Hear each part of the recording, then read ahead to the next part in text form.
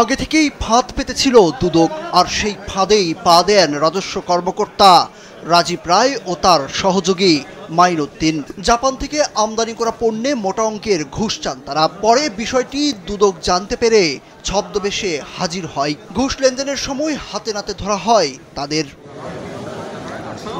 দুদক সূত্রে জানা গেছে, একটি কোম্পানির মালিক জাপান থেকে ৬,৪২৮ মার্কিন ডলার, যা বাংলাদেশি মুদ্রায় প্রায় ৮ লাখ টাকার সমান মূল্যের কিছু পণ্য আমদানি করেন। এরপর পণ্যগুলো ছাড় করাতে কাস্টমসে যান, আর সেখানে নানা তালবাহানা করেন রাজীব রায় ও মোহাম্মদ সারোয়ার উদ্দিন। স্যান্ডেলিনা সো, রূপচর্চায় আভিজাত্য। ইচ্ছাকৃত হয়রানি করেন তারা।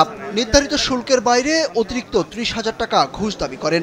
টাকা না দিলে পণ্য ছাড়করণ বিলম্বিত করে নিলামে বিক্রির হুমকি দেন। মঙ্গলবার চট্টগ্রাম কাস্টমস হাউসে এমন দুর্নীতির অভিযোগ পেয়ে দুদক চট্টগ্রাম ১ সমন্বিত জেলা কার্যালয়ের একটি বিশেষ টিম অভিযান চালিয়ে রাজীব রায় ও তার সহযোগী মাইনুদ্দিনকে গ্রেপ্তার করে।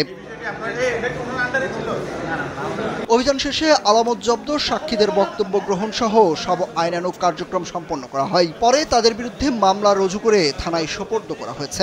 মামলার তদন্তে এই দুর্নীতির সঙ্গে জড়িত অন্যান্য কর্মকর্তাদেরও আইনের আওতায় আনা হবে বলে জানিয়েছে দুদক।